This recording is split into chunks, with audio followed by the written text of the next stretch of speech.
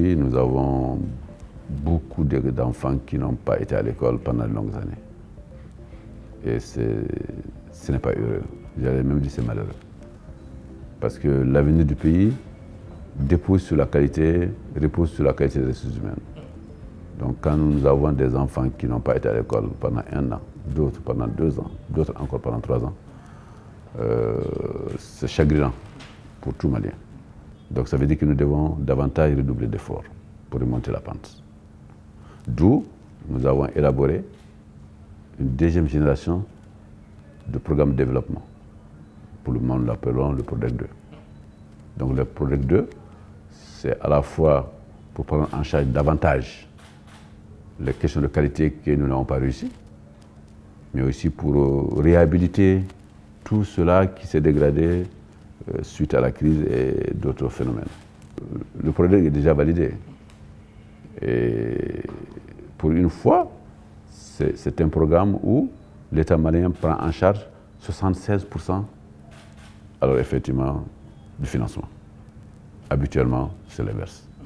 Cela, c'est pour montrer justement que le Mali tient à faire en sorte que le rattrapage soit. Sauver l'école malienne, c'est justement réhabiliter l'école malienne. Mais nous ne parlons pas seulement de réhabilitation physique. Nous parlons de réhabilitation civique. Parce que tout simplement, l'école fait partie d'un environnement social large.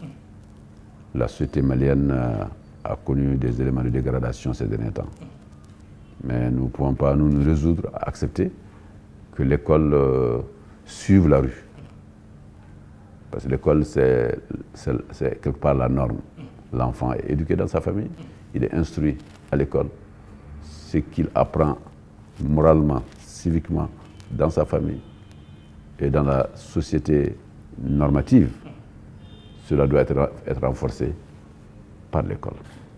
Donc quand nous parlons de réhabilitation de l'école, de sauver l'école malienne, oui, c'est des acquis pédagogiques, mais davantage la refondation de la société malienne dans ses valeurs traditionnelles, de respect, de tolérance et tout ce que vous savez comme vertu que nous héritons de nos ancêtres.